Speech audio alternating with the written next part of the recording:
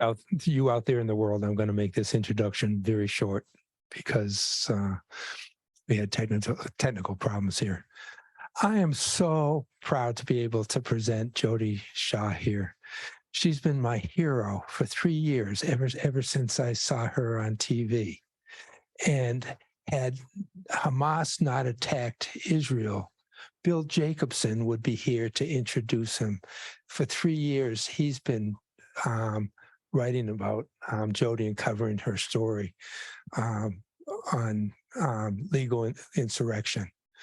So without any further ado, Bill, you can't hear us. I present Jodi to you. Thank you. Oh, thank you. All right, thank you. And I do want to thank Heterodox campus community and the Alumni Free Speech Alliance, and of course, Randy, plant biology. So it's come to my attention that this year is the freedom of expression year here at Cornell. And I think that's wonderful, although it does beg the question, how did something so foundational as freedom of expression come to be reduced to a theme, and a yearly one at that? What does this mean next year? Are we still going to have freedom of expression next year?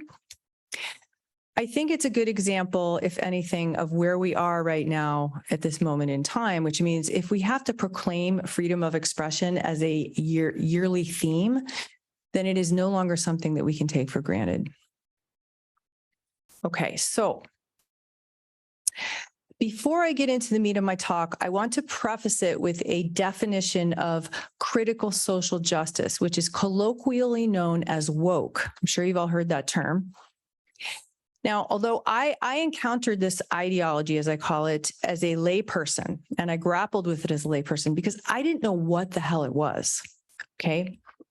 But I think I want to provide an academic description here because I think it would be helpful, just so we're all on the same page, so we know what I'm talking about when I say the ideology, or the ideology in action, or social justice. So it's a little boring and academic, the beginning of this, but bear with me because I think it's important. I have adapted this description from an essay called "What Do We Mean by Critical Social Justice" by Helen Pluckrose. Thank you, Helen.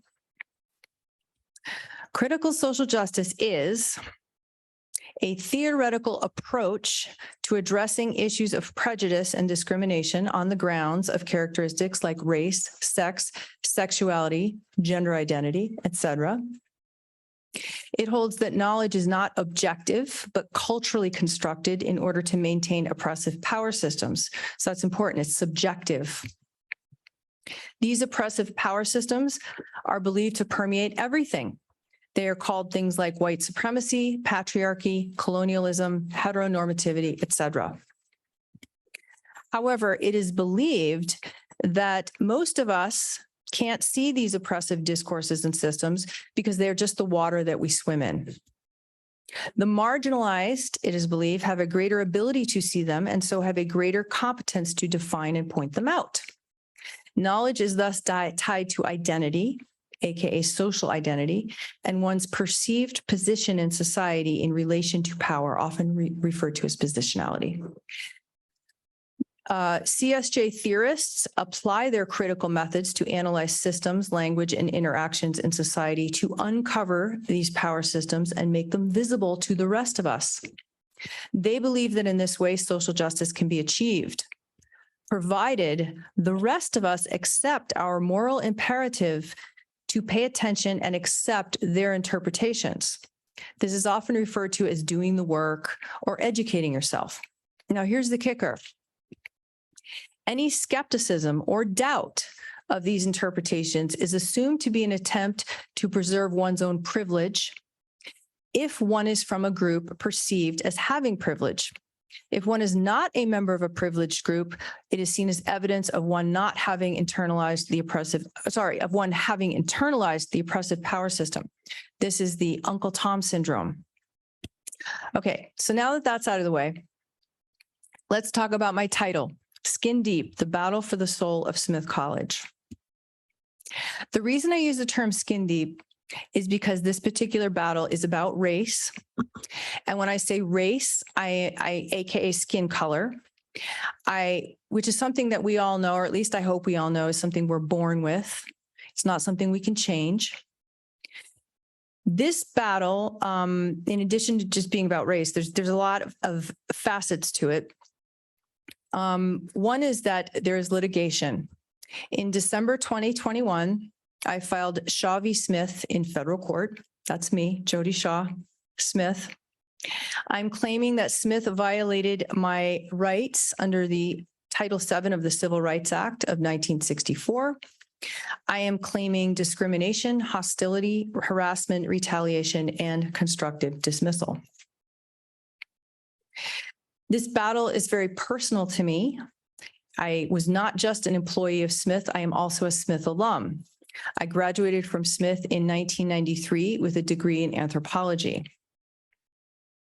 At Smith, I learned how to conduct research, how to do analysis, construct and defend an argument.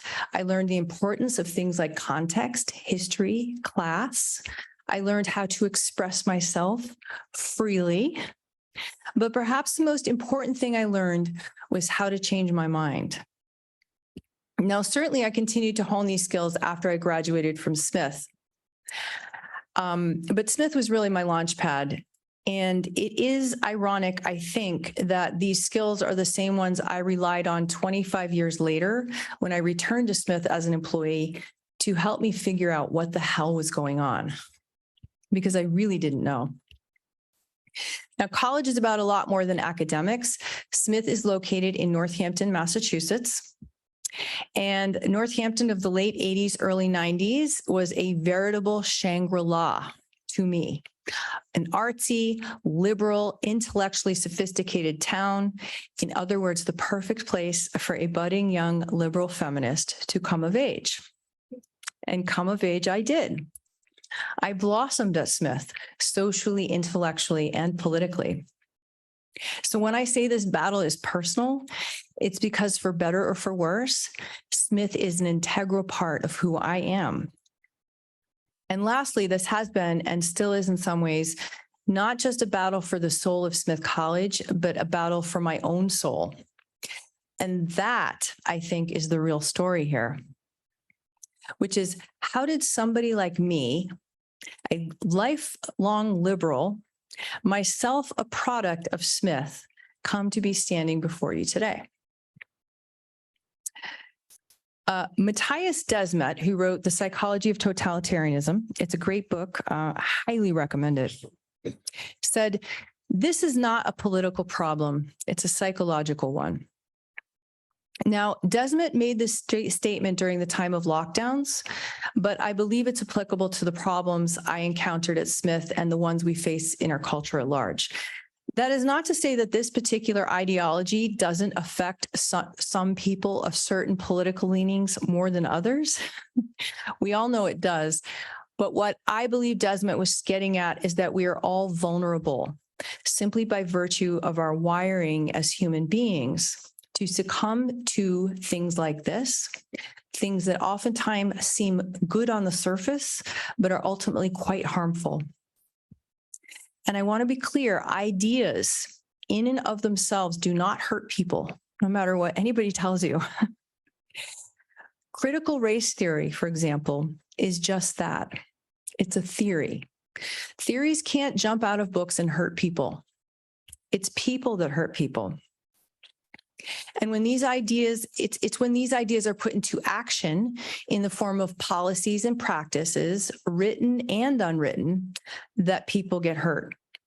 It is critical, therefore, that we understand our own vulnerabilities in this area. And this, I think, requires us asking hard questions of ourselves, ones that may challenge deeply held assumptions. Now, a little bit about me. I'm going to tell you a little bit about me, and then I'm going to dive into Smith College. I was born in Canada to Americans, working class family. I have two younger brothers. We moved around a lot, and we ended up finally in Portsmouth, New Hampshire. where I finished out grade school and high school. I was not an outstanding student. I came very close to dropping out of high school, but I managed to graduate when Smith College came onto my radar via a beloved English teacher. I applied, and lo and behold, I was accepted off the wait list, but I still got in. And I am sure Smith rues the day. After graduation, a girlfriend and I drove around the country looking for a place to live. We had just spent 4 years in the liberal utopia of Northampton, and we were looking to upgrade to a larger model. Well, we found it. After living in Portland for 5 years, I did a short stint in New Mexico, and then I returned back east where I ended up in Brooklyn, New York. I spent the next 16 years of my life in New York, in Brooklyn, which is the longest I have spent continuously in any one single place in my life. I lived a hand-to-mouth existence for many years in Brooklyn, working as a musician. And I often spent many late night hours busking on the subway platforms. And let me tell you, if you ever want to have your assumptions about humanity exploded in a good way, try spending the hours of 10 p.m. to 2 a.m. on the subway platform several nights a week, as I did for several years. Now, after the birth of my sons, I realized, this is very risque, we might get canceled for this. I realized I needed a real job. So I went back to school and I became a librarian at Brooklyn Public Library, which arguably has the most diverse staff and clientele on the planet. And I adored this job. Around this time, my husband and I started the process of a divorce, unfortunately, and no longer able to afford Brooklyn. I wanted to raise my children in an open, liberal, safe environment. So I relocated back to Northampton in 2017. I was ecstatic to land a position as a librarian at Smith College. It was only a temporary position, mind you. So my plan was I was going to work my butt off. I was going to land a permanent position, and I was going to remain at Smith until I retired. I had it all worked out.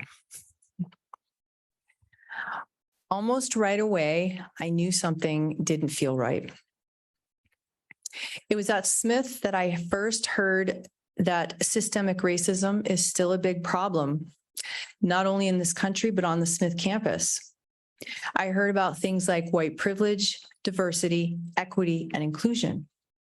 I was told that I harbor implicit racial bias simply by virtue of my skin color. That none of these things were ever clearly defined or supported by actual evidence, either from Smith or the reality of my own senses, only bothered me a little. And that's because I trusted Smith. I thought, the people who run this college have far more education and experience than I do. Surely they've looked into this stuff. They must know what they're talking about. Plus, they're liberals. What could go wrong? I also sincerely wanted to help. Smith was telling me that systemic racism is a big problem, and that as a white person, I could help dismantle it simply by doing things like showing up to meetings and talking about my white privilege over ham and cheese sandwiches. So I went along with it for a while. It's cliche to say that even when people recognize injustice, they don't take action unless it affects them personally. And I'm no exception in that regard. And even when it did affect me personally, it still took me a while to act. And that's because recognizing injustice is, in my mind, especially in this case, much more difficult than taking action. I couldn't even begin to think about taking action until I was able to fully articulate to myself what exactly the problem was. So for a long time, I just lacked the moral conviction that you need to take action like this. And let me tell you, in order to take action, to stick your neck out in the way that I eventually did at Smith, you have to be very, very certain that what you are doing is right. And I wasn't for a long time. So what happened at Smith College? Well, I'm going to go into a story here. My story at Smith really began about a year after I started working there. With a seemingly unrelated incident on July 31st, 2018. On this day, a white custodian called campus police to report that somebody seemed out of place in a campus residence hall. That somebody was Black sophomore student Umu Kanute. Now, this student was convinced that the custodian's behavior had been racially motivated, and she posted as such to her Facebook page. Well, the post went viral, and soon the story, that is the student's version of the story, was the version heard round the world. So now we have thousands of eyeballs all gazing at Smith College. The college administration responded swiftly, issuing multiple public apologies to the student and announcing their intention to launch multiple initiatives, all aimed at dismantling racism and racial bias, of which apparently this incident had been an example of. Now, the thing to note here is that Smith began issuing these emails, these apologies and proclamations, before it had even begun investing the allegations. And it continued to do so even while the investigation was pending and persisted after the investigation concluded that it was not an incident of racial bias. And we're going to get to that. So where does that leave me? I heard about the incident like most people at Smith did at the time, which is one of these emails I received from the administration. And frankly, I was shocked. I thought to myself, damn, how could something like this happen at a place like Smith? Somebody phoned campus police to report a student in a resident hall just because she's Black? What the hell is going on here? I thought, wow, okay, Smith is right about this systemic racism stuff. And if it can happen at a place like Smith, one of the most liberal, progressive institutions in the country, it must be pretty bad out there. I also remember thinking that the fact that I was surprised that something like this happened at Smith was proof of my white privilege.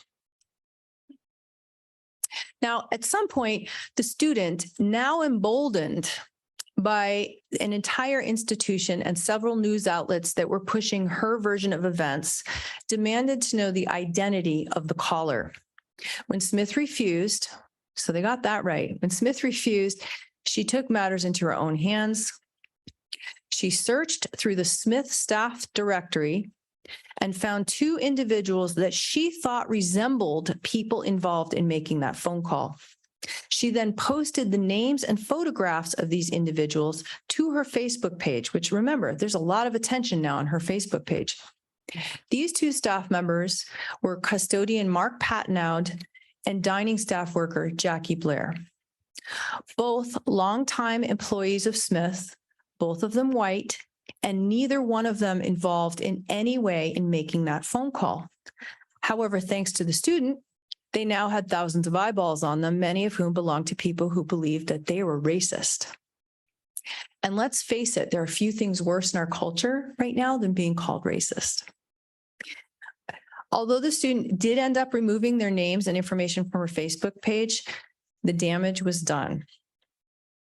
Mark Patnaud took a leave from the college and never returned. He went on disability. And Jackie Blair, she stayed at the college for a while, but she suffered. Remember, she had just been branded a racist. She was mercilessly harassed by students, and she continued to be harassed almost up to the time that she left the college a few years later. Now, Although the college had issued multiple public apologies to the student for unproven allegations of racial bias, it did not do the same for these staff. Nor did the college discipline the student, even though her behavior, in my opinion, clearly constitutes harassment, a violation of the student handbook. On October 28th, the independent investigation concluded that the Colorado campus police had a legitimate non-discriminatory reason for doing so. The next day, President Kathy McCartney issued a letter announcing that, yes, the investigation found no evidence of racial bias. However, it is impossible to rule out the potential role of implicit bias. Thus, McCartney cemented the public perception that Smith staff are racist. As you know, I had drawn my own conclusion about this incident early on. I was no longer paying attention to it by the time the student released these other staff member names. I didn't really know what was going on. Remember, I'm still shocked that something like this could happen. Why? Why wasn't I paying attention? Because during this time, I was going through a racial incident of my own in the library. I had been working for several months on a project that, if pulled off successfully, would have made me very competitive for a permanent library position I was now up for. This was my chance. Remember, I wanted that permanent job. I was going to retire from Smith College. I had been tasked with creating a, quote, wild and crazy library orientation for first-year students. I thought to myself, with my musical background, what's the easiest way to transmit a lot of otherwise very boring information to 600 exhausted incoming first-year students? The answer seemed obvious. A rap. In late August, less than a week before the rap, and about a month after the July 31st incident, my supervisor approached me and said, "You can't do the rap." I asked him why, and he said, "Because you're white."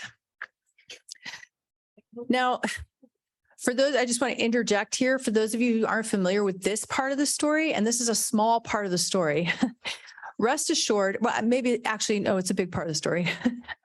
There's just so much more. Rest assured, Rolling Stone magazine covered it a few years later, and they claim I was not discriminated against so much as saved from embarrassing myself, because apparently middle-aged white ladies can't rap. If you have doubts, I invite you to check out my YouTube channel and decide for yourself. So back to the story. My supervisor, the one who said, "You can't do this because you're white," he reiterated his statements in an email. And he also cited the July 31st incident to support his decision. I was shocked. I was humiliated, and I was confused. I thought, this feels like racial discrimination. And yet, it was so blatant. There was no hesitation. It was documented in an email. I thought, this doesn't compute. Here is Smith screaming its head off about its commitment to racial justice in response to an as of yet unproven incident of racial bias. And here I was facing what seemed to me to be blatant employment discrimination. Not only that, but the unproven allegations of July 31st had been cited as justification for the discrimination I was now subjected to. I cannot emphasize how mind-bendingly difficult it was for me to wrap my mind around this. I thought about filing a complaint, but I was racked with self-doubt. Was this racial discrimination? It seems obvious now, but back then I actually wasn't sure. And now I'm touching on one of the psychological issues here, which is that a hallmark of this ideology in action, which is that because it assumes that only marginalized people can see and point out oppression or discrimination, et cetera, It requires the rest of us to doubt and even deny the reality of our own senses. And that's what was happening to me. I did seek counsel. I met with an HR rep and the college ombudsman, and I told them what happened. Neither one of them framed it as discrimination. Now, these are people who are ostensibly trained to recognize racial discrimination. Both of them encouraged me to move on and accept a job elsewhere. Talk about self-doubt. By this time, I had the strong impression that if I speak up about this, I may never work at Smith again. And I really needed a job. So I left my career as a librarian. I took a lower paying position in the residence life department, a job helping students with more practical things like room assignments, ID cards, keys, so on and so forth. The pay cut, and it was substantial, was outweighed by the hope that here in Res Life, I could fly below the racial radar. Boy, was I wrong. My first week in Res Life, I was handed a book called Teaching for Diversity and Social Justice. And I was told that social justice is at the heart of everything Res Life does. Well, what's wrong with social justice? It sounds good, right? How could anyone be against social justice? And here we have another psychological problem grounded in language. I'm thinking to myself, social justice is a good thing. And yet I and other staff have now been hurt in the name of social justice. We have suffered very real material consequences. So I was deeply conflicted at this point. In Res Life, I was told I would be expected to help create a Res Life curriculum grounded in social justice principles, consider color in my work with students and colleagues, and by color, I mean their observable skin color, take students' identity into account when navigating student conflict, participate in discussions about my own identity. And when I say identity, I'm talking about social identity, which is fixed, immutable characteristics for the most part. Res Life was also where I first learned about microaggressions. I learned that the intent of the alleged perpetrator is irrelevant. If somebody accuses you of a microaggression, you're guilty, period. And all the while, I continued to receive messaging from the administration about things like race, power, privilege, inclusion, identity, diversity, equity, justice, belonging, so on and so forth. Now, again, this stuff was making me nervous, but I still couldn't pinpoint exactly why. All I knew was that I had already left one job and I was not going to leave another. I wanted to keep my job. I was a single mother now to 2 young boys, and my aim above all else was to maintain stability for my family. I was determined to keep my head down and my mouth shut. This doesn't mean that I wasn't thinking about things, though. I was thinking about things, and I was thinking about them hard. I turned my attention now to the way the college had responded to the students' Facebook post on July 31st. And I started to piece together how their response had impacted what had happened to me in the library, or influenced that, rather. I also started thinking about the impact of the college's behavior on other staff working at the college. And I started to really appreciate what it was like for them, especially lower level staff who were watching all of this from afar, staff who were now understandably fearful of students as a result of the knowledge that they work for an institution that does not have their back. And not only that, an institution that was promoting this idea of microaggressions and implicit bias, amongst other things. It struck me then that Smith had hurt the most vulnerable and least privileged members of its community in order to maintain a narrative that turned out to be false, that suited the more privileged members of its community. And by privilege, for example, I mean students such as Umu Kanute. Because let's face it, The reality is, no matter what your background, no matter what your financial status, if you're on full financial aid, doesn't matter. If you're a student at Smith College, you are privileged, period. And I think that goes for Cornell as well. Now, I went back and I read some of those letters more carefully. You know, the letters that were just being fired out like a machine gun from the administration after this incident. And I started reading them more carefully, and I saw this hypocrisy on full display in one of them, in which Smith states, Smith does not tolerate race or gender-based discrimination in any form. Such behavior can contribute to a climate of fear, hostility, and exclusion that has no place in our community. I agree with Smith that this behavior can cause such a climate. The irony is that it was not the caller to campus police that day that caused this climate. It was Smith. Smith had created fertile soil in which further acts of discrimination, such as the one I had experienced in the library, could flourish. So now I had to come to terms with the fact that Smith, my beloved alma mater, had failed.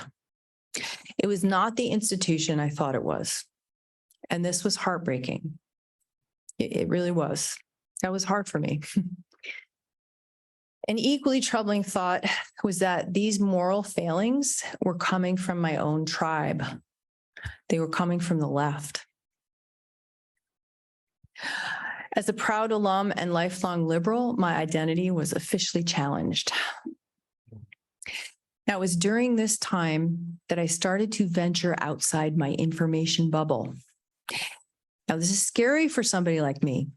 I've always basked in the warm glow of CNN, MSNBC. I remember the night I closed my blinds, I turned off my lights, I grabbed my laptop, and under a blanket, watched my first Jordan Peterson video. I was so scared somebody might see me. And I remember my surprise at what I found.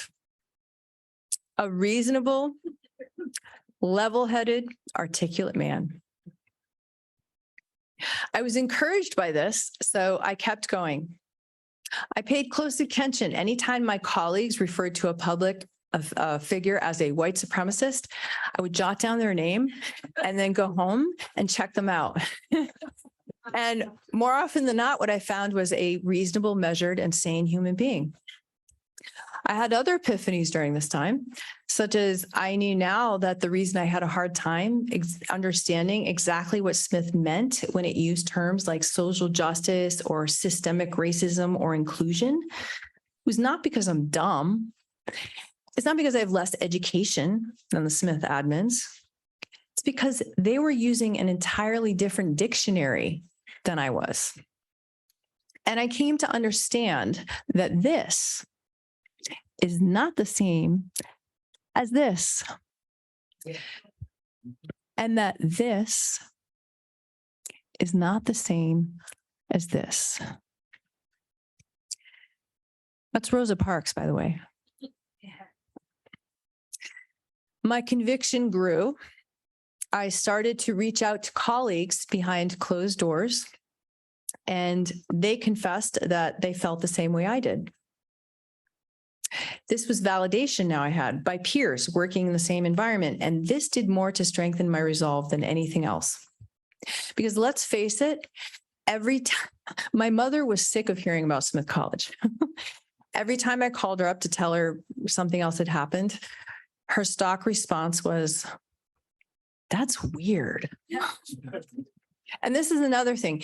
People who don't work or live in an environment infected by the woke mind virus, as Randy would say, have no idea just how psychically destructive and crazy making it is. They really don't. My mother was like, that's so weird. Like, I don't get it. So meanwhile, while I'm thinking through all these things, I was still expected to have what Smith calls authentic conversations about race. By then, however, I understood that the reason these authentic conversations didn't feel right to me is because they were anything but authentic. Clearly, there was a script, 2 of them, in fact, that everyone was expected to follow. There was a script for white people, which is, I am privileged, I have power, my successes in life are not due to my behavior or hard work, but mostly because of my skin color. And another script for people of color, AKA everyone else, which is, I'm oppressed, I have very little power. No matter how hard I work, I will never achieve the same level of success as my white counterparts. This is incredibly disempowering rhetoric, by the way. Now, these 2 scripts are problematic in many ways, but here's 2 of them. One is it doesn't do beep for people of color. Okay, it doesn't do anything. And 2, the use of these scripts suggest and reinforce a very troubling dynamic, at least to me. One in which the person of color is dependent upon the white person or white people in general to somehow save or liberate them from oppression. And that somehow, furthermore, that a white person can do this merely by reciting a script. I don't know about you, but this makes me very uncomfortable. It sounds familiar. I don't know if anyone knows what this is. It's a manumission certificate. This is a piece of paper that a white slave owner signs to liberate a Black slave. Are we starting to see the problem here? It's very complicated. Any rhetoric that expects us to believe that people of color depend upon white people to save or liberate them is not just condescending, it's racist. And this dynamic is at the heart of social justice ideology. Perfect example of this in action is around this time, I told my supervisor, who happened to be Black, that I'm not comfortable discussing my race at work. I had decided that you're not supposed to ask about race during a job interview. How is it that I'm expected to talk about race on the job after I'm hired? So I told her I was uncomfortable doing this. She told me, she said, and I quote, "You are lucky to have the privilege of not having to discuss your race at work." She then went on to explain how she, as a Black woman, must endure things such as being followed by police on the highway and being monitored closely in stores. Now, I'm not denying that these things happen to her. This is her. She's explaining her reality to me. But they have nothing to do with me, personally or professionally. They happened outside work hours, and I was nowhere in the vicinity. But in mentioning them to me, my supervisor was implying that merely by virtue of my skin color as a white person, that I do have something to do with these things. And that somehow my talking about my skin color at work is somehow going to prevent them from happening to her. Again, here, not only is this a troubling dynamic that I can somehow save my supervisor from things that happen to her outside work that have nothing to do with me, but it also requires one to suspend, again, the reality of their own senses in order to believe something like this. Well, I wasn't going to do that anymore. My moral conviction was solid by this point, and I decided I would not be discussing my skin color at work. In January 2020, I attended a mandatory professional development retreat. At the retreat, the facilitators went around the table and one by one asked each member of my department to answer the following questions. These are all about race. And so now my moral conviction was about to be tested. They're not only just about race, they're conflating race and culture, if you notice. It's another ball of wax. When they got to me, I politely declined. I said, I'm not comfortable discussing my race at work. There was a pause, but the workshop continued. However, a little later, one of the facilitators made an announcement. I'm going to paraphrase this, which is, I want to be clear, discomfort and resistance by a white person around discussing their race or skin color is a symptom of white fragility.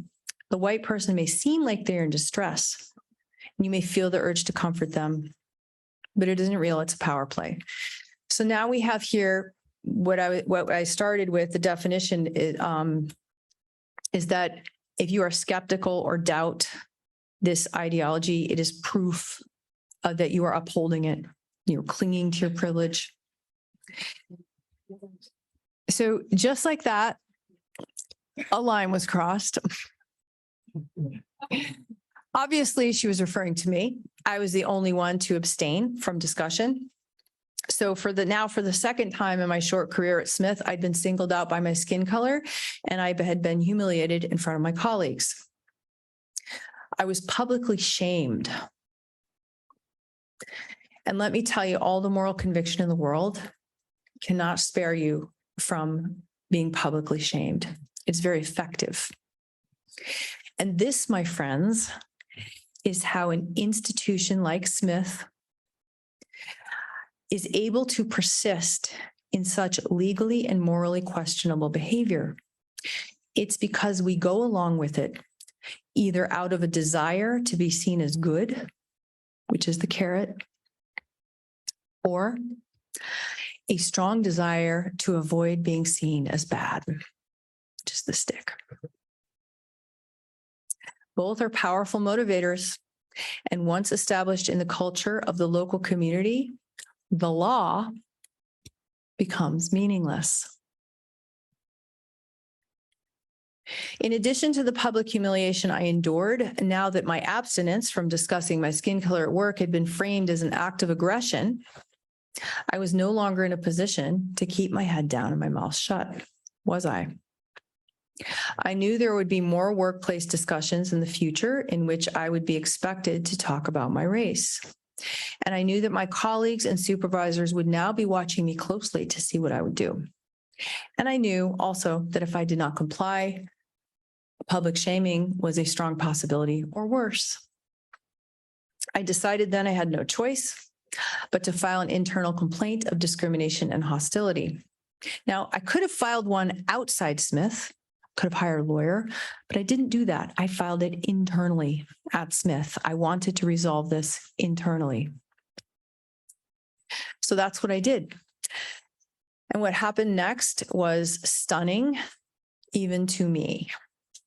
I met with Smith's internal EEOC officer. Now, this was a woman who has a law degree and whose job it is to process complaints of racial discrimination. So ostensibly, she has knowledge in this area. I told her what happened in the library. I told her what happened in Res Life, and I said I wanted to file a complaint. She listened, and then she said, "Do you believe in white privilege?" She was a white woman also. I was not expecting this question from the EEOC officer. So I was taken aback. And I'm not going to tell you what I said to her, but I do believe skin color privilege can and does exist. But it is the context that determines which skin color shall confer privilege upon the bearer at any given time. And by now, it had been demonstrated to me clearly that at Smith College, not only is having white skin not an advantage or a privilege, it is in fact a liability. And if you don't believe me, just ask Mark Patnaud or Jackie Blair. The officer then informed me that she would need to hire an outside investigator to conduct an investigation, should I choose to proceed. When I asked her why she wouldn't be the one to investigate, she said it was because she had not handled a complaint, quote, like this before. I asked her what she meant by that, and she said, "It's because you're white." She then went on to explain that that means it's reverse discrimination. So it's different, I guess, from other discrimination. I was confused, although looking back now, I probably shouldn't have been. And I asked her, isn't a claim of racial discrimination based upon the same principles of law, regardless of skin color? She then informed me that the Civil Rights Act of 1964 was created to protect, quote, traditionally marginalized groups of people. Well, I got the hint. What she was saying was that she does not believe white people are protected by civil rights law. Now, I don't think anyone would have blamed me for losing faith at this point and thinking this complaint's going to go nowhere. But I had remember by this time my moral conviction was strong, and I thought surely when I write out this complaint, they will understand and they will see that this is very wrong. So I told her I wanted to proceed. When my superiors found out that I intended to file a complaint, I was subjected to retaliation, which is also illegal, by the way. Job duties were assumed by others. I was excluded from important departmental meetings during the pandemic, no less, when communications were rather chaotic. I'm sure you remember that. And this made it very difficult for me to do my job. I was told in a pre-performance evaluation that I was lacking in the area of cultural competency, and my behavior at the professional development retreat was cited as a reason, meaning my abstinence from discussing my skin color. And I was the only member of my department to be furloughed during the pandemic.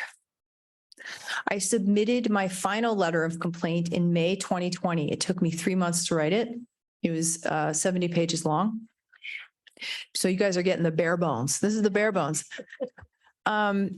Which, as you recall, May 2020 was the pandemic was happening. The college was closing down, and it was like within weeks of George Floyd's death. That summer, the college upped the ante. During a time of mass furloughs of staff due to the pandemic, the college had the gall to announce its intention to pour more money and resources into fighting racism in a document entitled Toward Racial Justice at Smith. So now imagine what staff are thinking. I was told I would be expected to attend not one, but 2 meetings to give my feedback on this document. This seemed crazy to me. I was expected to give feedback on more policies that would allow the college to continue to justify further abuse against members of its own community. That's what I was thinking by this point.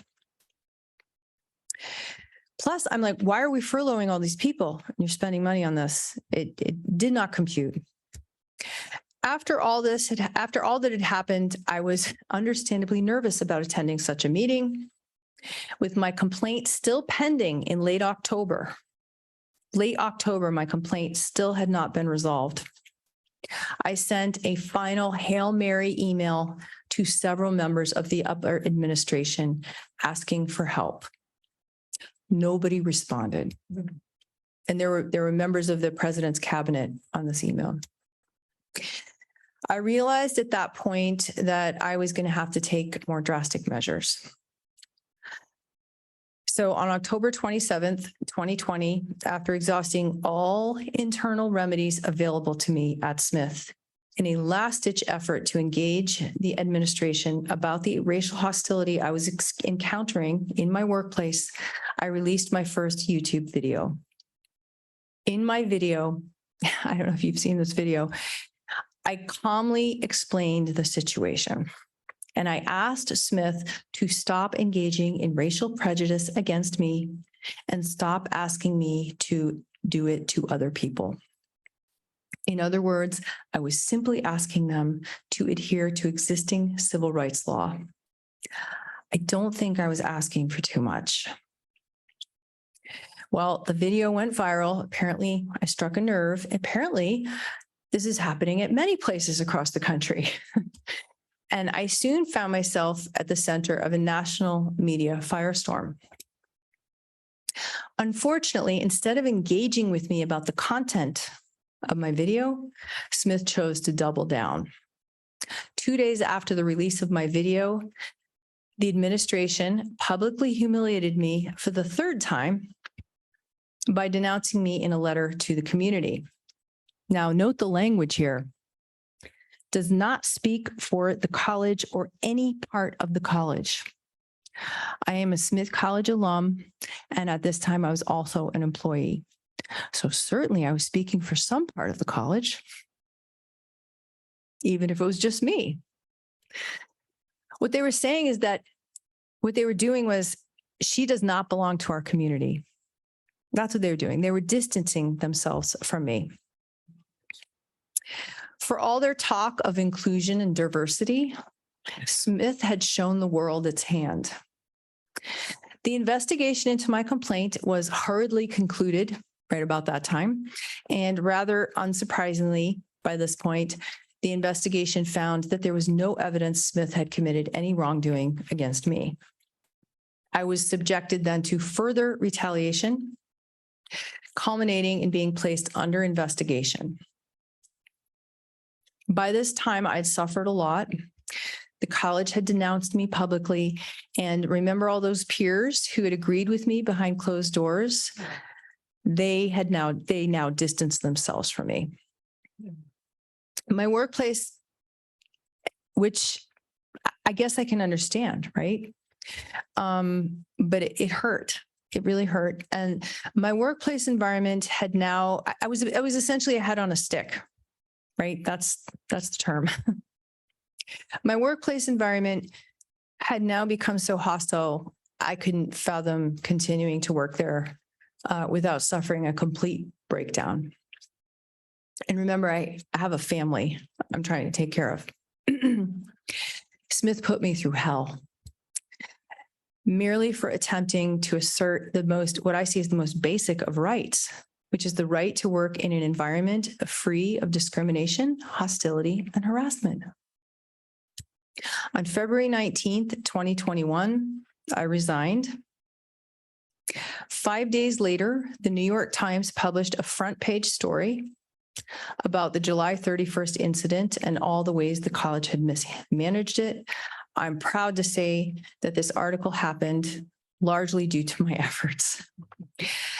And I'm very happy that it was published in the New York Times. The left.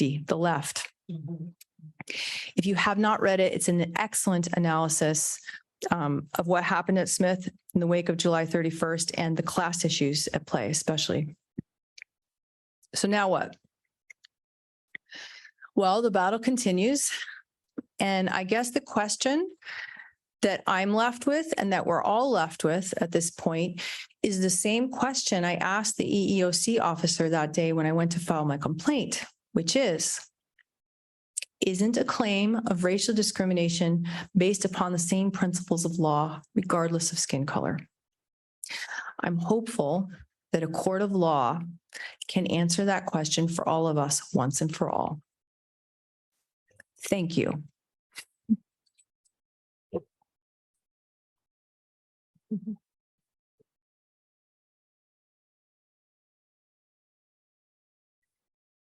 Oh, thank you. That's just very little of the story. You know, there's some sentence that has like the phrase content of character. And the Thank color you. of the skid. Mm. And Who said that? I'm racist now. Yeah. Any questions?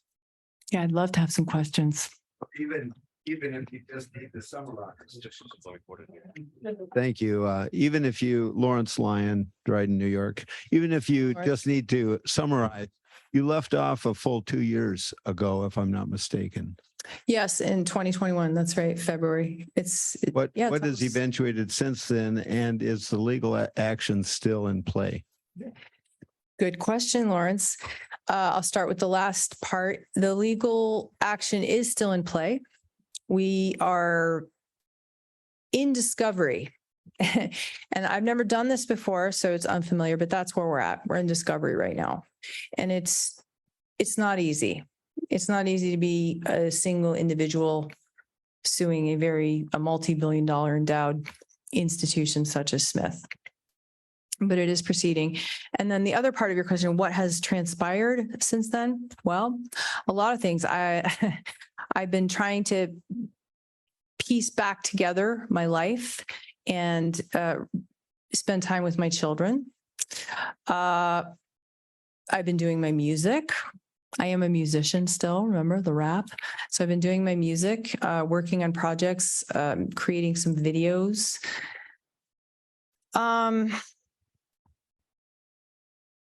Yeah, that's what I'm doing. I'm suing Smith College. That's what I'm doing.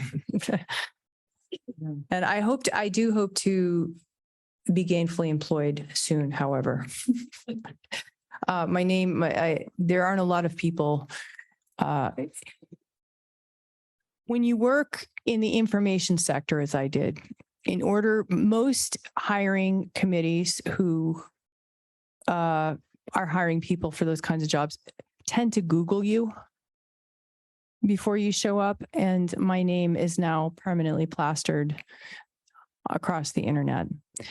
So I hope that answers your question. I've actually been very confused, spent a lot of time in a lot of confusion, actually, and also trying to build a new community because I lost a community, and then I suddenly had a new one, but I didn't know any of those people, so I had to, kind of learn who was actually my friend and who isn't.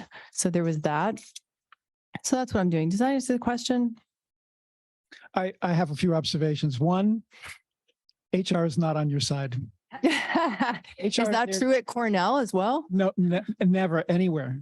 HR is there to protect the institution from the employees, sadly. Ah, that's a good way to put it. Yeah. That's sad. And as far as diversity and inclusion, a room full of white people, such as this one, is obviously not at all diverse. A room full of Black people would be diverse. There's no equality there. There's no justice. And social justice, well, who can define what justice is? Yeah, well, that's the final thing. I mean, we do have some lawyers in the group here, but what our justice system right now is based on evidence. You must investigate to something. You don't just take somebody's word for it. You investigate, you provide evidence, and you must prove it. We now have the social justice stuff. Social justice is a much different version of justice. Social justice is what I believe Smith engaged in when it just took the student's word for it because of the immutable characteristics of the actors involved. They were considering color when they were navigating a student conflict. That's what they were doing. That's what I was told to do in Res Life. So we have these two competing versions of justice.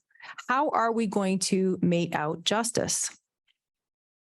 Again, the court has to answer this. Like, which direction are we going? Are we going to abandon all of our legal principles, or are we going to now have this new system in which we just look at the skin colors of the parties involved and make a decision based on that? At the end of the day, the courts have the guns. Social justice doesn't. I don't know. I don't know. There's a lot of have you seen what's happening in law schools lately? Yeah. I mean, there's a lot of up and coming whippersnappers who they're really into this stuff. And this is they're eventually going to be becoming judges, and I don't know. People grow up. Yeah, I did. That was my story of growing up. Yes, gentleman in the back. Yeah, so, Gentleman in white. thank you. So anyway, my name is Will. I'm a junior here at Cornell. Hi, Will. Thanks for coming. Really appreciate it. So I was really interested in when you were talking about the psychological impact of some of this language, especially on the left, social justice, equity, diversity. We see it everywhere. It's plastered on, commitment statements and institutional statements. I'd like to extrapolate a little bit more on the effects of this language and almost not indoctrinating, because that word gets thrown around a lot, but really shaping our perceptions of this, especially at a young age? Oh, God, Will. I worried about that so much at Smith. Remember, I was working with students and I could see that this language, it seems so good, but I could see with my own eyeballs that it was not resulting in good. I could see increased conflict between students. I saw division. I saw staff, the breakdown of the community, the staff fearing students, where once the staff would, they'd mingle with the students and talk to them, make eye contact. It's funny, this is not related to race, but somebody once said, have you ever noticed that none of the male professors on campus make eye contact anymore? What do you think that's about? And I'm like, I think I know what that's about. Yeah, so it's, when you see with your own eyeballs how destructive it is, it really makes you question, why are we doing it? So sorry, you said something about the psychological impact of the language. I mean, there's a material impact, which is what I just talked about. Maybe you can tell us more, like, what's your experience at Cornell? Like, what do you think about all this, seeing these things everywhere? And your peers, like, what do they think? Yeah, well, I don't think this mic works. It does. Oh, sorry. You just have to talk into it. Oh, yeah, yeah, thanks. Yeah, anyway. Well, I mean, I've been around this stuff, for a while. I went to high school in a pretty liberal area. I'm from DC.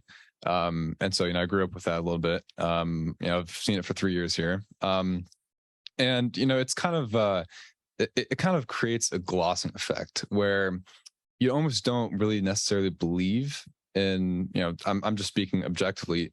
It seems like you don't necessarily believe in the cause, but you just kind of throw these statements around to almost appear clean to the community. That's a good analysis. It's kind of like the Soviet Union. Like, I heard a story, like, you'd go into a supermarket and there'd be like no toilet paper on the shelves, and say, hey, what's up? There's no toilet paper on the shelves. And the person running the store would say, what are you talking about? There's plenty of toilet paper. We have a surplus of toilet paper. I'm like, no, I don't see any. There's plenty of toilet paper. What's wrong with you? I mean, somebody once said that the people who push this stuff, I mean, clearly it's a cover, right? There's all kinds of other things going on in the name of this, right? Like, again, the Soviet Union, right? Oh, you need to swear allegiance to the party. And you're not swearing your allegiance strong enough, so you get sent to the gulag. When really it's because I want to sleep with your wife. That's really why I want you at the gulag. Like, it has nothing to do with your loyalty to the party. It's like, I want something that you have. So I think we have a lot of that going on. And somebody once said that the people pushing this either benefit from it in some way, they're using it to climb the ladder, or they are using it as an ideological shield to protect themselves from, like, you have to go along with it. You have to say there's toilet paper on the shelf. So yeah, it's very scary, I think. Mm-hmm. I think it's almost a way of censorship, almost in a regard. It's a way of not fully expressing what you think. It's a way of seeming like you're achieving something without necessarily buying into. It's an ideological shield. I think that's a fantastic way of putting it. And my last little question here is, oh, wait, can I say something about what you just said? That's beautiful, because James, my partner, and I were just talking about this on the way here about merit, and how if you students like you, young people, are learning that if there's a loophole now, like, if I just really get into this social justice stuff and have an identity and showcase my identity and use all the right words, I can get hired and I can move ahead. And so I don't really have to work that hard. I don't have to actually have merit or have skills or develop my talent. I can just do this other thing. Mm-hmm. And that is actually true. That is what's happening. Mm-hmm. Yeah. So that's another. I can absolutely stand that. I mean, I plan to go to law school. Uh-oh. Yeah. No, but we need people like you in law school. Oh, no, Yes. thank you very much. It's very kind.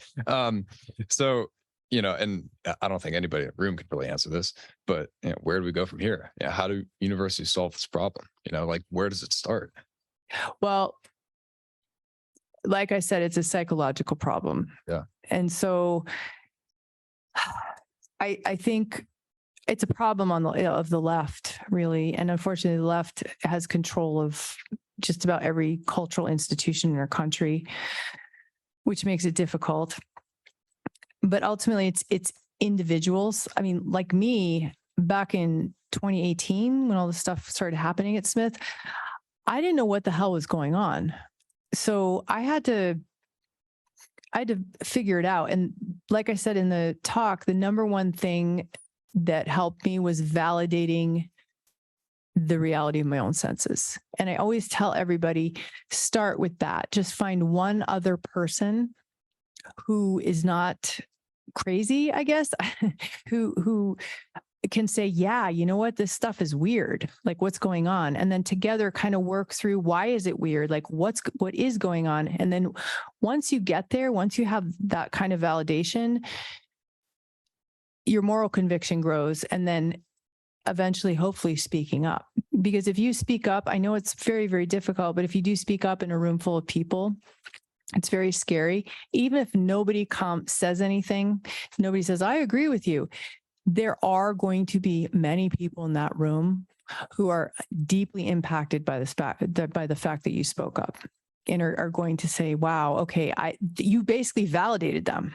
They may have never heard anybody else. I mean, I've been in groups where people show up and they're like, this is the first time, because I was leading, I do some peer support groups. That's actually, to answer your question, I do lead an organization called Solid Ground, and it's peer support for people who are struggling to understand the woke stuff. I forget what I was going to say. The validation is important. It's very, very important. I don't think any action comes unless you are first know that what you're doing is right. And then once you know, you get a lot of strength. You get a lot of strength. Oh, I was talking about speaking up in the room. Yeah. Even everyone else who's spouting it inside, a lot of them are thinking, damn, like, I think he's right. Like, I actually kind of agree with him. But they're also looking at you and thinking, oh, but he also just got like put under investigation and fired. So I'm not going to follow his footsteps. But now they're on their journey and they're starting to watch Jordan Peterson videos under their blanket at home. I like Jordan Peterson too. There you go. Trying to bring him here. Oh yeah, maybe we can get him. That'd be fantastic. Oh, that would be great. Any questions? Well, There's a Zoom question. Okay. I just have to say something while we're back here. I want to meet you. My name's Oh. Randy. nice. Yes. Last name's Randy. That's Oh, fantastic. what's his middle name? Aaron. Yeah. Yeah. I'm not. Are there any other students in the room or no? Wow.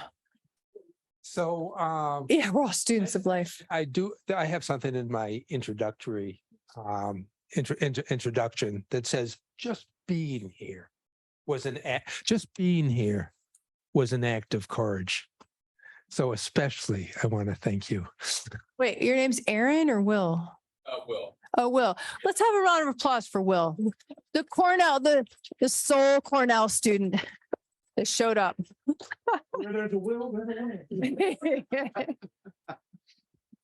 Okay, so we have a Zoom question. Or sorry. Oh, yeah. Hello. Okay, so you ask your question first. My name is Wendy, and my question is, having been a lifelong liberal and having 2 young kids, how are you teaching them or talking to them about this whole issue that you're going through, as well as what's going on around them in the world? That's a very good question. I talk about this with them a lot. We talk about it a lot. And it is really through that. And because remember, this started 2018. I don't know how old they were 9. Is that right? Yeah, they were 9. So I started talking about it with them then. And they were encountering it in their grade school as well. Remember, we all moved to Northampton together. And so now it wasn't just Smith. So they are now 14. And this is where I see hope. So I want to offer you some hope, is that they now have a very nice big friend group. And I see, because they're always at my house, all of them sleeping over. I'm the cool mom, by the way. So their friends come over.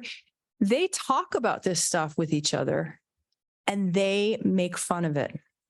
Now, I'm sure they don't do that at Northampton High School out loud because they know. But in their mind, it's like, and I bet there's other students at Northampton High too. It's like, and it's not so much on principle. It's more like, this is what all the grown-ups and the establishment are, this is all they talk about. It's stupid. It's contrived. It's kind of like, we were, when you're growing up and you're thinking, oh, the grown-ups are talking about this and blah, blah, blah. They think it's stupid and they make fun of it. And I hear them, and that gives me a lot of hope for the future, that they can see through it. They have pretty good bullshit detectors, as I do, I think, or I like to think I did until I encountered Smith, and what's going on here? But as for how I spoke with them about it, I don't know. I think I would wait for opportunities. I didn't try to ram it down their throats. Like sometimes they'd come home and they'd say, yeah, we had this thing in class and the white students this. And I'd say, well, what do you think about that? Like, somebody's skin color, blah, blah, blah. And they'd say, yeah, it shouldn't matter. Like they know, they're like, it shouldn't matter, So I would build on that. And then as they got older, the conversations got a little more complex.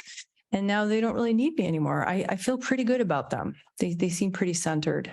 So I think it is important to talk to kids, even if it's not affecting them personally. That's the other thing, because if you wait too long, I feel like they're going to get captured and sucked into it. So I feel like they need to have a good grounding, and then they will attract other kids that also have that grounding. And once they have a peer group that supports them and validates them, I feel like I can tentatively sigh of, relief. That good question. I think we need the mic here for the Zoom question.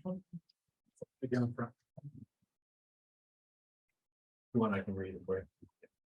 Okay, so this is from Zoom. Have you received any support from the librarian community considering their role in information literacy and fact-based research? I fear I know the answer as a librarian myself. Oh, so nice to have a librarian. I have not received support from the community. Like the ALA has not come out and endorsed Jodi Shaw. Okay. But nor have they come out and said, we didn't, they have not denounced me either. I guess I'm not that important. But individual librarians, yes, have written to me. I think it's, and expressed their support and horror at what is going on in the realm of information science. A librarian is supposed to be very non-political, not into stereotypes. Like, here are your options for your books. It's up to you what you want to read. Just merely relaying the information. And it's become so politicized by this ideology. It's kind of horrifying. So I think it's important to say that when my story became very, very public, hundreds and hundreds and hundreds of people wrote to me, hundreds. And 99% of them were not speaking up about this and said they could not speak up about this in their life, but they were reaching out to me because I was the only person. It was speaking up in the room phenomenon. I was the only person they'd heard say. And I think also the fact that I came out as a liberal, right? At the time, a liberal, that they felt safe with me. Remember how scary it was to watch Jordan Peterson under the blanket? They felt like, oh my God, she's not one of these crazy right-wing people. Like, she's a liberal like me, and she's saying this. So I think that has something to do with it. But yes, a lot of librarians reached out to me, very disturbed by what's happening, wanting to know what they can do. And I tell them what I tell everybody: find one other librarian that you can talk to about this and go from there.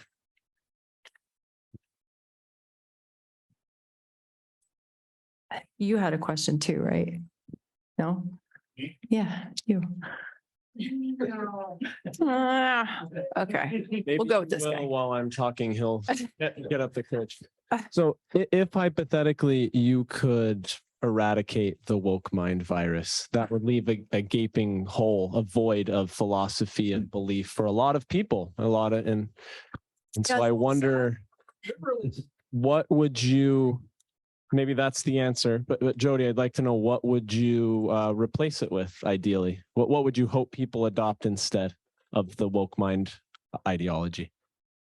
Well, that's a whole nother realm of scholarship, right? Like, was there a void to begin with? Is that why this, was there like abandoning of religion and spirituality and that kind of thing?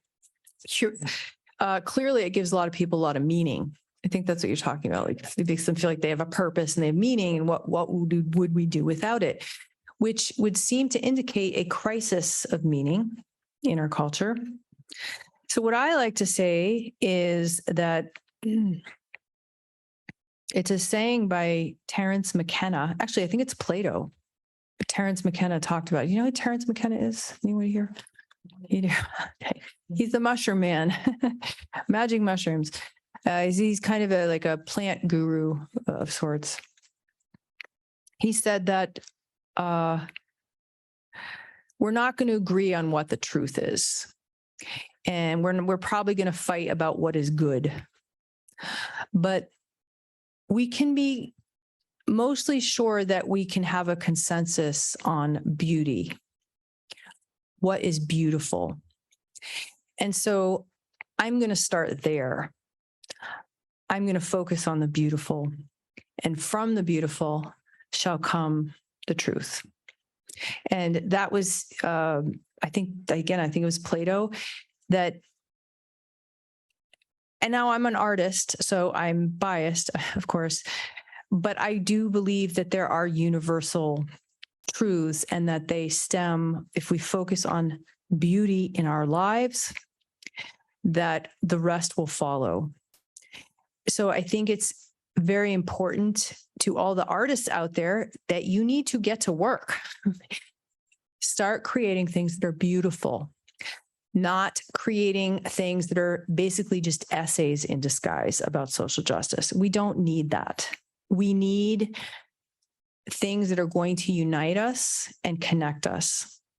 And the surefire way to do that is to seek beauty. That's what I think. Thanks.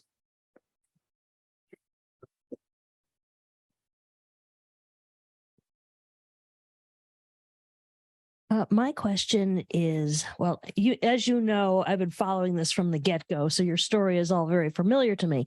But I wanted to bring up that they fired all the religious staff at Smith somewhere in the early 2010s. And I remember reading about that on Facebook because there was nobody was going for it or something, and they all got removed from the payroll. But it's I also noticed that the Catholic Church at the bottom of the hill in Northampton is no longer a Catholic church. The building got sold. I happened to be there when they were taking the pews out of it. It looks like organized religion, Christianity, went away. Maybe this has filled the void? Well, I mean, a lot of people think that. I mean, that's a theory, right? That this is kind of like a religion. I mean, it kind of is. I mean, look at the question I was asked. Do you believe in white privilege? Well, yeah. It either exists or it doesn't, right? Like, do I believe in it? What does that have to do with it? Well, it has a 3: diversity, equity, and inclusion. It seems to be a replacement for the Father, Son, and the Holy Trinity. Ghost. The Trinity. It is a Holy Trinity of some sort, or a Holy Trinity substitute. Except the son is now Leah Thompson. Ah, okay. All right. So that was question 1. I had another detail question, and it was about this lawyer that works at Smith. What does she do all day? I mean, you couldn't possibly get 40 hours of work on discrimination complaints in lefty land. Or I mean, is it like a general counsel that would handle like a slip and fall or a contract dispute? She's not general counsel. I don't think she's actually was, and I don't know. I'm just speaking of what I may or may not know, I don't think she was actually admitted to practice. She had a law degree though. So she had a JD, and she was not general counsel. She worked under the umbrella of the inclusion and equity department, which used to have the word diversity in it, but was changed right after I started at Smith from diversity, equity, inclusion, I think I might begin, to just inclusion and equity. And I'm not sure where the diversity went, but she was under that umbrella. So that's a good question. I don't know. She's no longer at the college. However, but I think that a better question is, what do any of the people in that department do? Well, that was my next detail. It's an observation. I am a Smith alum, and I was there from 1984 to 1988, and this res life didn't exist, at least not that I know of.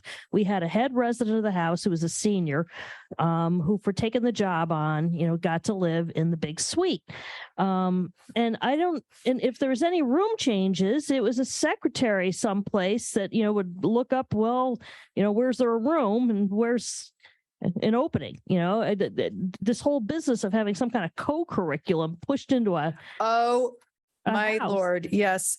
I didn't know this when I started at Res Life, but I soon found out that Res Life's departments in general are kind of notorious for this.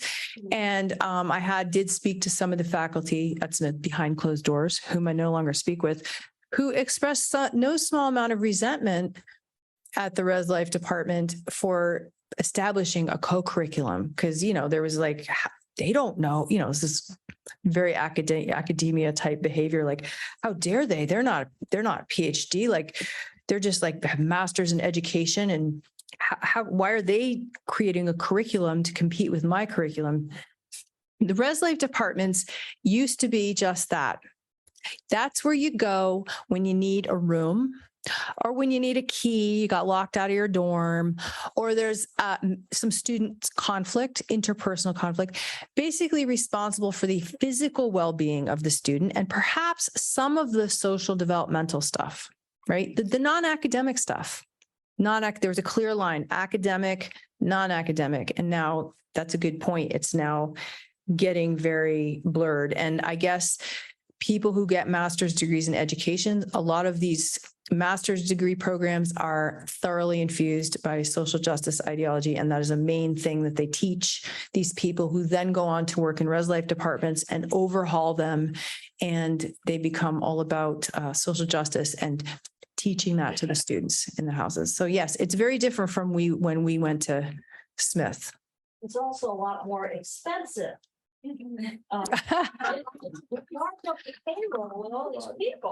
Right. Well, we have to pay all these salaries, right? Yeah. We follow the Zoom subscriptions. One last question. So. Hello? I don't know if it's on. Maybe it ran out of battery. The light's on, but it's a red light. Maybe you could rephrase for the folks on Zoom. Yeah, if you ask me, I'll rephrase it. So I went to Cornell and I was here in around 2016 and took like a group intergroup dialogue course, which was very much social justice infused. And so, this has obviously been happening for multiple years. This was in 2016? Yeah. Okay. So it's, the history is long, I think, in the universities of this sort of indoctrination of this thing. My question is, now we're seeing individuals like yourself actually being discriminated against in the other way, and many of them pop up. And have you seen the tides start to turn? Because this was all boiling under the surface for years. Yeah. And so, and now that people are suffering, negatively in a real way, have you experienced any change or anything in the institutions that might be shifting back towards sanity? Well, Martha Pollack has declared this the year of freedom of expression. Yes, I do. because there are, at the time, I felt like I was the only person in the entire country from the left. I mean, look, people on the right, whatever that is, or call themselves, have seen this coming for a while. They've been watching it roll in off the horizon because they're outside. They're kind of outsiders. And so I think a lot of them have never bought into it. So it's really the phenomenon on the left. I think that's what you're talking about, but people speaking out, it has to come from the left. I think Jordan Peterson even said that, like people on the left have, because that's where it's coming from. But do I see hope? Yeah. I mean, I see hope in my children, as I explained, and there are a lot of lawsuits now. I mean, and we just had, somebody was just talking about Gibson's Bakery.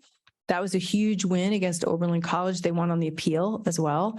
Oberlin made Gibson's Bakery miserable. I mean, they really, I don't want to swear here, but they kind of 4-letter word them over in a big way.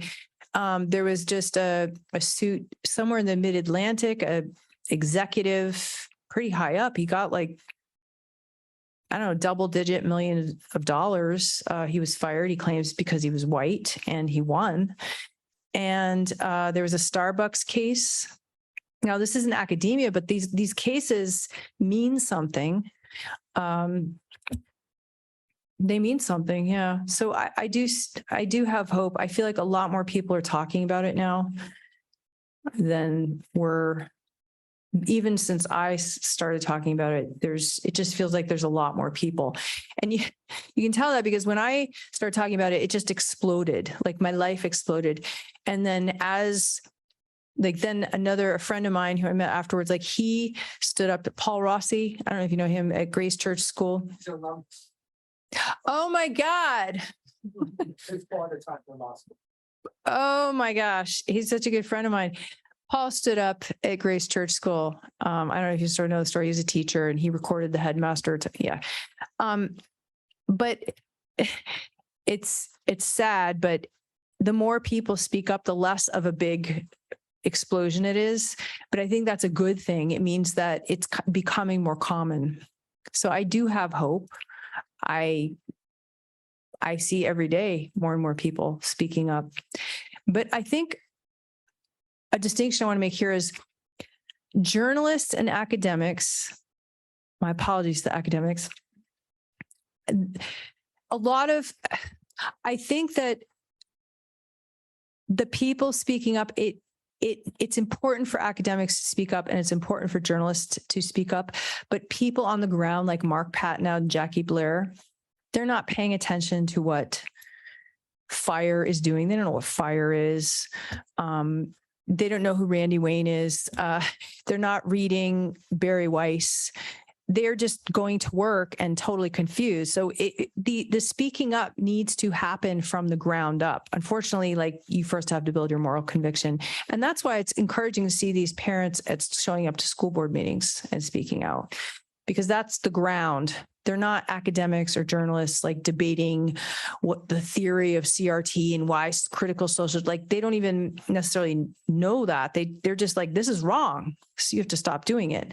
So I do have hope because more of those people are speaking up. I mean, we've had people like Randy forever. Like, what's that guy in, I mean that in a good way, Randy. Like there's always the reasonable, sane faculty members. There's that guy, Brett Weinstein, and how they're hiring at Evergreen. Yeah, that was a big deal. But again, people on the ground, people in academia, everyone in academia knew about it. But people on the ground, I didn't know about it. People on the ground, like, cooking meals they don't know who Brett Weinstein is. They're not on these like currents. It's like there's a lot of class stuff going on here. By class, I don't mean financial. I mean like intellectual, cultural divisions between people on the ground and then this other sector, I guess, information sector, for lack of a better word. The laptop class, yes. Thank you very much. I think that's it. Thank you so much for coming.